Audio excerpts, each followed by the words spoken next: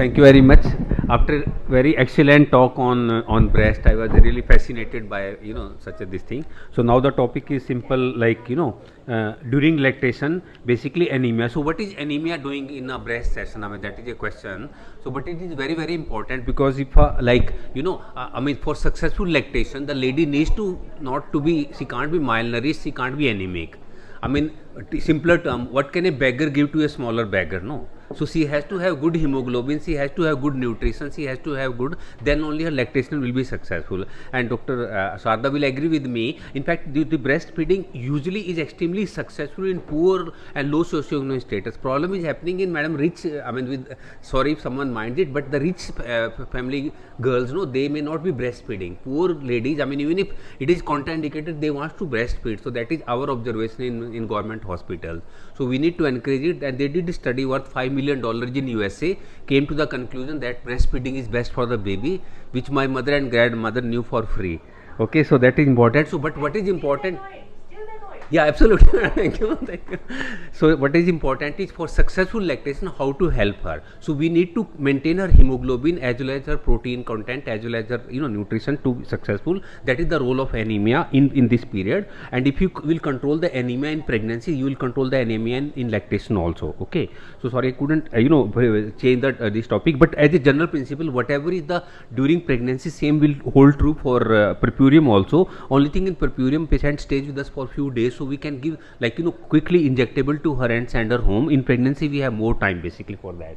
So all of us know that this less than 11 gram, let's concentrate only on less than 11 gram during pregnancy as well as during lactation. So whatever is the CDC, we concentrate on that. So any hemoglobin less than 11 gram during pregnancy and lactation is anemia, and we have to treat it. Okay, there is no doubt about it. And of course the mild, moderate, severe anemia. So what is more important is, like any severe anemia less than 7 gram is very dangerous. That can send the patient into lactation failure, heart failure, as well as other infections and all. So that is our main worry. So mild to moderate may not be that bad, but if you don't treat mild to moderate anemia, patient will go into severe anemia, can go into cardiac failure, failed thromboembolism, and failed lactation. So lactation failure can occur. And if a lactation failure occurs in a patient of moderate and low socioeconomic status, so baby may not survive. For the survival of the baby, lactation is absolutely essential. I mean, the artificial feed is invariably may lead to death of the baby. It's not possible for what I am talking of a low socioeconomic patient, because it's not possible to maintain the hygienic measures, etc., and cost, etc. So we have to make the successful lactation for the patient. And this is in pregnancy. Basically the same thing will hold true for the lactation also. Okay, so we know that why anemia occurs, and these are the various complications which can occur in pregnancy. So say in lactation, basically it will cause lactation failure, and the fetal outcome during pregnancy will be poorer if you don't treat her during pregnancy. And ideally, actually, these girls, when they get married at age of 19 to 20 years, so they should have normal iron balance in the body, not only like 12 gram hemoglobin, but iron balance should also be there. Otherwise we are treating them in a very short narrow period of 6 months of pregnancy. In first 3 months you can't give, and then lactation. But lactation is an important period of time where you can treat these patients, so that for the successful next pregnancy, we are able to treat these patients. So that treatment and diagnosis will remain true, same in non-pregnant state, same in pregnant state, and same in lactation state. Okay, so you can do simple blood count. If you have to do simple blood count, hemoglobin and a peripheral blood smear can tell you about the status of anemia, can tell you about the microcytic hypochromic picture. Most patients belong to that. Or macrocytic also is important, like this megaloblastic anemia, folic acid and this thing. And Achla will agree with me, in Sabdadang they did study. B12 deficiency is also fairly common in India.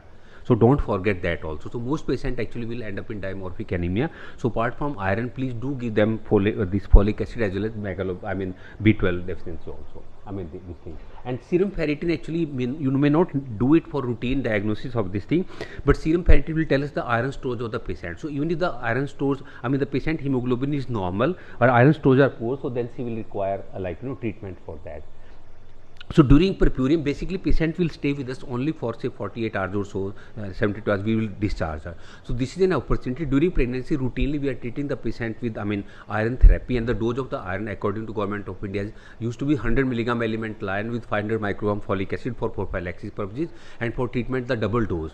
that means you have to give therapeutic dose at least, to 200 milligram elemental iron and 5 milligram of folic acid, usually for therapeutic purposes. We give the double dose.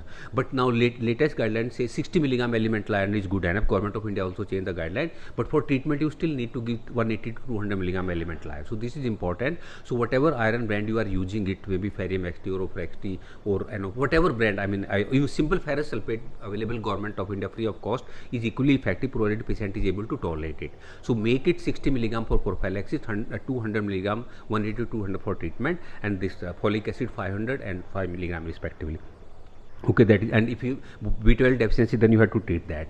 But during pregnancy, we can give injectable iron also. I remember about 10 years back, Dr. Sarda Jain was in that lecture. So she said anything which can cause mortality reaction is absolutely no in practice. I remember that, But now we have got injectable iron which are very safe. Iron sucrose is safe, and then second is ferric carboxymaltose.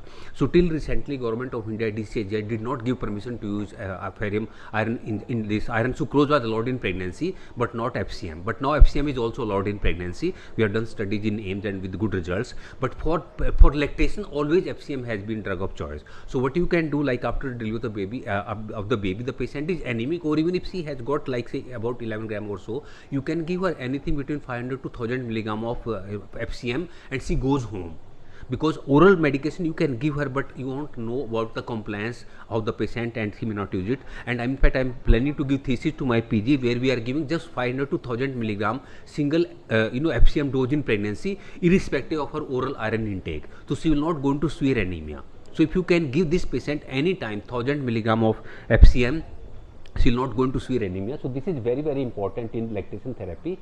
I mean, basically you can just iron sucrose. If you want to give iron sucrose, you calculate the dose deficit. So like if the patient is 7 gram, so 14 minus 7, we need to take it to 14 grams. So 14 minus 7, 7. So 7 into 250, 1 gram of hemoglobin need 250 milligram of elemental iron. So route say 2000 milligram of iron is required. So you can give 2 doses of FCM 1000 milligram each, or iron sucrose, so 200 milligram. So 200 milligram every every alternate day. So Monday, Wednesday, Friday, 200 like that. So a patient has to come for 6 times to you in the hospital. First dose you give in the labor room or this thing. Keep oxygen cylinder, adrenaline, AVIL ready. Though it says it's said that iron sucrose FCM are very safe, they don't cause any this thing anaphylaxis, but any drug can cause anaphylaxis. So first dose always give there. And you must have heard that some doctor gave to his wife and all that, So please, I mean, first day, and we give all injection in labor room only, keeping everything ready. Though where they are very safe, we haven't seen any reaction. So the problem of iron sucrose is it's very good. Only thing, patient has to come for repeated injection. FCM you can give up to 1000 milligram. So the calculated dose is 2000 milligram, 1000, and then you can repeat after a week or so. So that is a very good option. I mean, during lactation, you give it to the patient on like 24 hours after delivery, and you can send the patient home. And but this little bit about how to So this is like FCM. We all know the quality of this is. I won't go into the detail of that. Just I want to tell you the dose basically. So more than about 1000 milligram is preferred, but you have to calculate.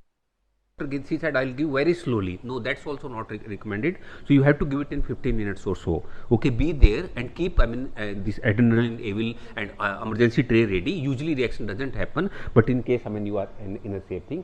And in pregnancy as well as lactation, there have been studies from in AIMS as well as others. So during lactation, you can give just 500 to 1000 milligram depending upon this thing, and patient can go home next day.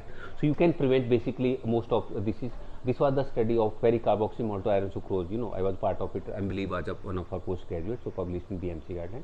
That was in pregnancy. But there was a study in Procurim also. Dr. Kriplani and did, and that showed in lactation also. In lactation, it has been the drug of choice all over the world. For pregnancy, recently only the DCGA has given approval for that. So ultimately, basically, what I want to say that whenever you got a patient, otherwise, if the patient can tolerate oral iron, her hemoglobin is more than 11 gram, then you can just leave her on oral iron only. But because she has to lactate at least for 6 months, is recommended. So during these times, you need to give her 100 milligram elemental iron and 500 microgram of folic acid every day, at least for 6 months till she is lactating.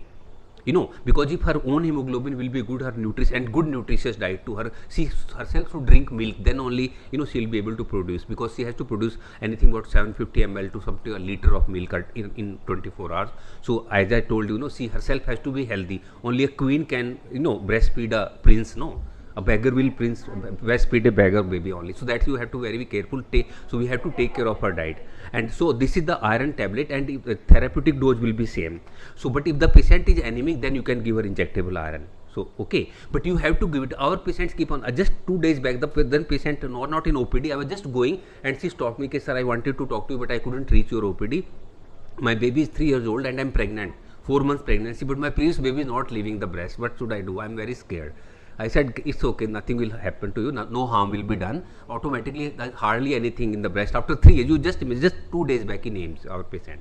So this patient, I remember my class fellows, when I was very small child, they wouldn't go to school without breastfeeding, and they would go to school only on this condition that mother will breastfeed them. So in 4 to 5 years of age, they were breastfeeding.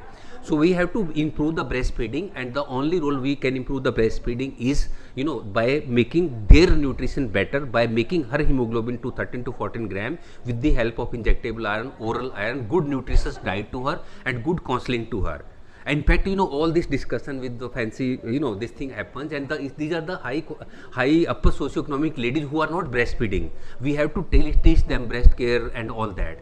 The poor socioeconomic status people, even if when it's contraindicated, they are breastfeeding. Hardly any patient who is not breastfeeding.